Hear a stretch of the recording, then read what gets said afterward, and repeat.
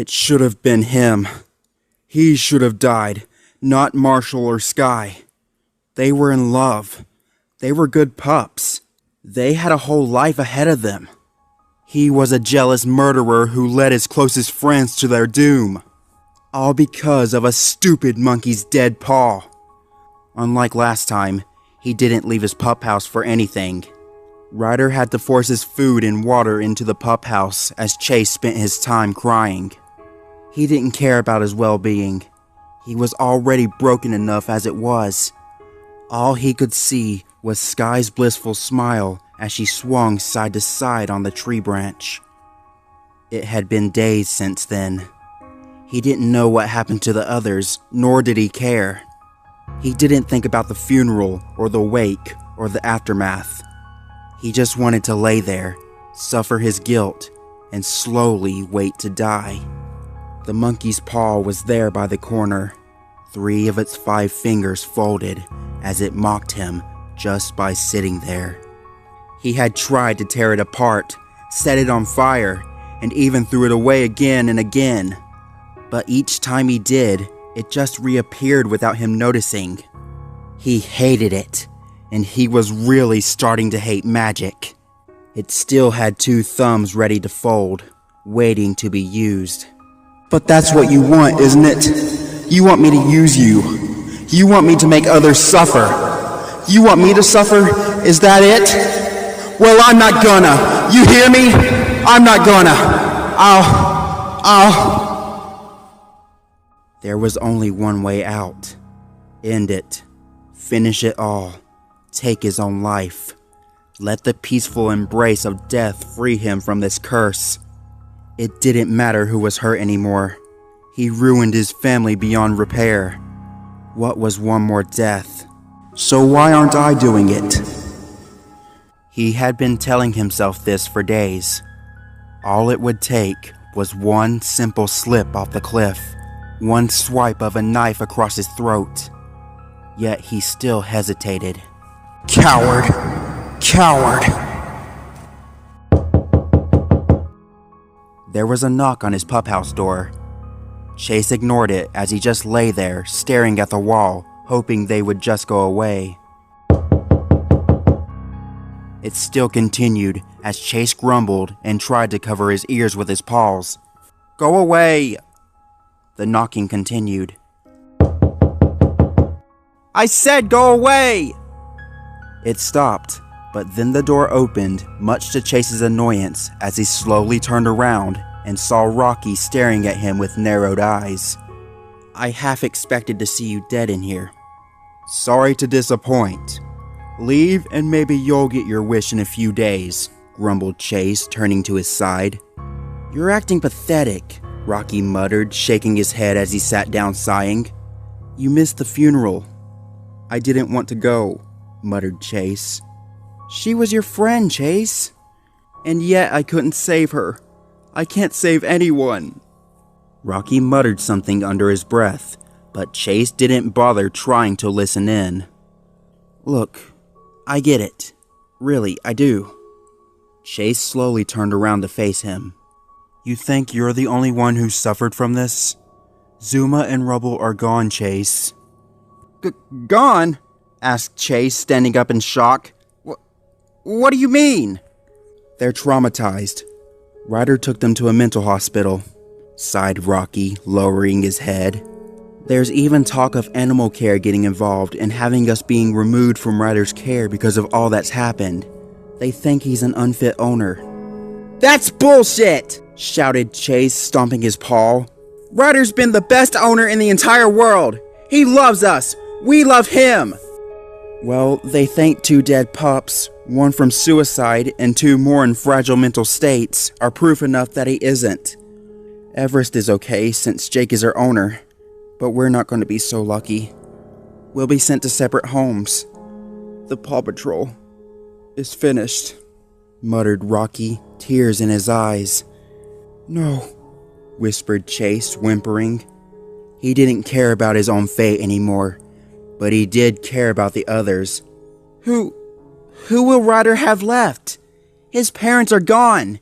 He has no family." I don't know, Rocky said, shaking his head. I just wanted you to know, because sometime soon, we'll be leaving here. He slowly got up and moved over to the door. Pausing, he looked over his shoulder and muttered, "You should talk to him when you get the chance."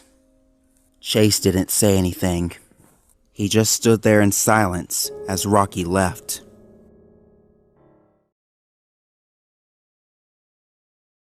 It took an hour, but Chase finally managed to crawl out of his pup house for the first time in days. The sun's ray was almost blinding to him as he struggled to find his footing and breathe the fresh air. He could also smell how stinky he was, wondering if he should take a bath at some point. Heading into the lookout, he noticed how empty it was. There was no sound of laughter or the parade of paws jumping up and down. No TV or games being played. No treats being distributed by the snack machines. Not even the sound of Ryder playing his game on his pup pad. It was as silent as a graveyard. Just looking around, he could see what used to be a normal day in his mind. Marshall and him playing Pup Pup Boogie as Marshall tried to do the tailspin only to wipe out. Rocky reading a book next to an open window as a cool breeze flew over his ears. Zuma and Sky solving a puzzle set while arguing which piece went where. Rubble eating whatever snack he could get his paws on. And Ryder watching his pups with a proud smile on his face like a father to his children. Just a few weeks ago, it was all like that.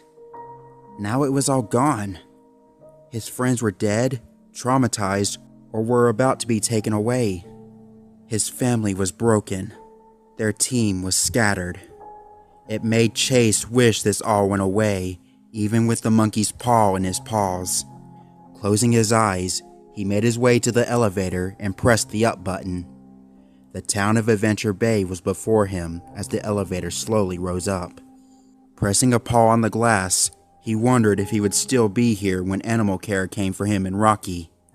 Would they put him with an owner or orphanage in town or someplace far away? Would they never see each other again after this? The elevator ended as he slowly walked out, trying to find Ryder. He spotted him on a beanbag chair, looking at a photograph. Slowly, Chase walked towards him as Ryder slowly looked upward. There were dry tear marks on his cheeks, and Chase could smell the water that was coming from his misty eyes. He didn't even hesitate. He just jumped into Ryder's arms and hugged him. The two stood there in silence. His first pup. His first owner. "They won't take me. I won't let them," muttered Chase, sniffing. "We'll run away. Grab Rocky, Zuma, and Rubble and just fly away. An island or something. We'll live there forever." "Chase." "Please, Ryder. We lost Marshall and Sky. I don't want to lose you or anyone else. Please." Scratching his pup's ear, Ryder muttered, "Chase, I'll do everything I can to keep you. I've already got a lawyer coming and everything." He gave a smirk at his pup and winked. "Trust me, I'm not going down without a fight." Chase gave a small smile and nodded before biting his lip. "Sir? Ryder?" He hesitated at first, but then shook his head. What if I told you I'm responsible for all this?" Ryder tilted his head. I know this is going to be hard to believe, but I wish this happened." He then said it all. Everything he had been holding for days. The gypsy dog, the monkey's paw, Marshall and Sky's death, all his wishes, everything he confessed to the point where his throat became as dry as a desert when he finished. Taking deep breaths, he looked at Ryder, who was staring at him with a stoic face. Then Ryder just sighed and whispered, "Chase, you don't need to make up a lie to make me feel better." "But sir, it's the truth." "Chase, please. I know you want to blame yourself, but you're not to blame for Marshall and Sky's death," said Ryder, shaking his head. "Monkey paws are just superstition. The gypsy was just messing with you to sell you it, and it's got you acting like this. Chase, you're just imagining it. Trust me. Chase opened his mouth, but stopped himself. I knew he wouldn't believe me. And if Ryder doesn't believe me, who else will? He just nodded his head before slowly getting off his owner. Hey, I'm going to order pizza for the three of us. You up for some? Yeah. I think I need a bath first. Can we watch a movie? Asked Chase, slowly smiling. Of course we can. It wasn't perfect, but Chase had felt more relaxed that evening since Sky's death. The movie they watched sucked, but it was funny to make fun of it. The pizza was tasty, and having eaten so little for so long, it wasn't a surprise that Chase ate half the box. Rocky even joked on how he could have eaten rubble under the table, but that only made them feel sad and guilty. Their two youngest were still in the mental hospital, unable to come to terms with what had just happened. Things went quiet after that. With a full belly, Chase slowly retreated to his pup house and collapsed with a sigh. Closing his eyes, he felt himself slowly falling asleep as he wondered what was going to happen. Would he be separated from his friends? Would he ever find happiness? Was it better to just get it over with? God, I wish they were alive again, whispered Chase as he slowly closed his eyes. A fourth finger folded.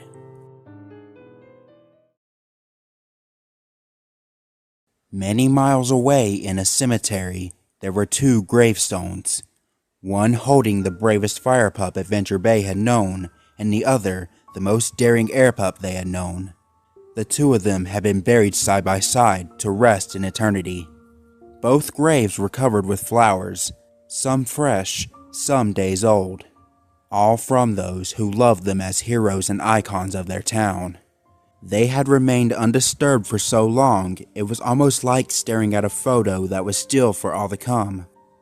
Yet, that was soon to change. A figure had come, one who had been looking for days to get this chance. Her stupid owner and that idiot of a Duke were on some charity tour for the poor pups and children of Barkingburg. The thought of even getting near such dirty little rats near her perfect white coat made her nearly throw up. When she finally became queen, she would see to it that all those brats wasting tax dollars on orphanages were sent to workhouses or the factories so that some good use came of them. That money should be better suited for something better, like statues of me, thought Sweetie as she walked up to the two gravestones with a smirk. Should it be too long with the Paw Patrol no longer a problem?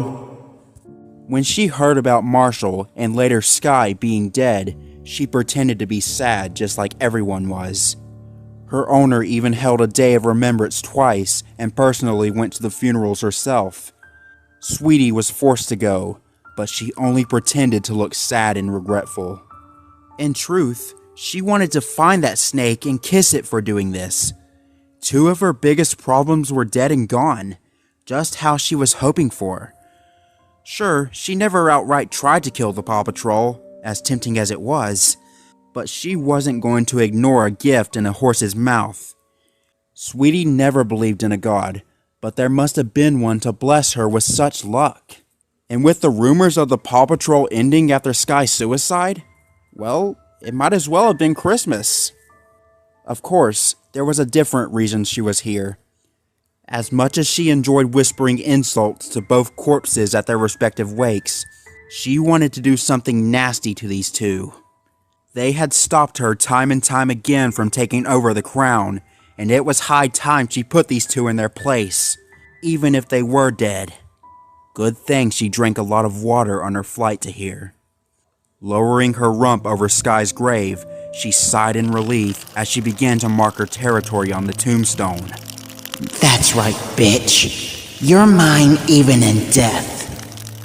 She made sure to stop halfway to save some for Marshall.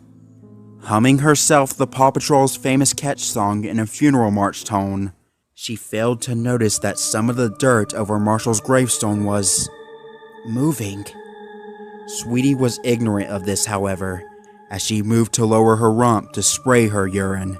not seeing the paw that slowly began to come out.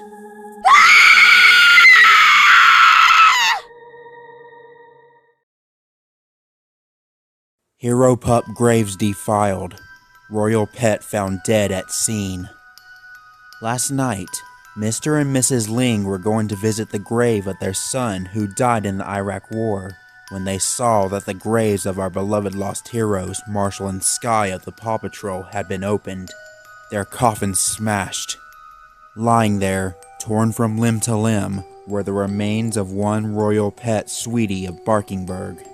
Authorities quickly arrived at the scene to see if there were any traces of the missing bodies or the thieves that took them and murdered the young pup. She was torn apart like a piece of meat. You could see the teeth marks everywhere on her body, with her blood and guts scattered all over the place, reported Officer McMadden. I even heard that there are bits of her, both inside and out, that are missing. Neither rider of the Paw Patrol or the Princess of Barkingburg have given a statement yet.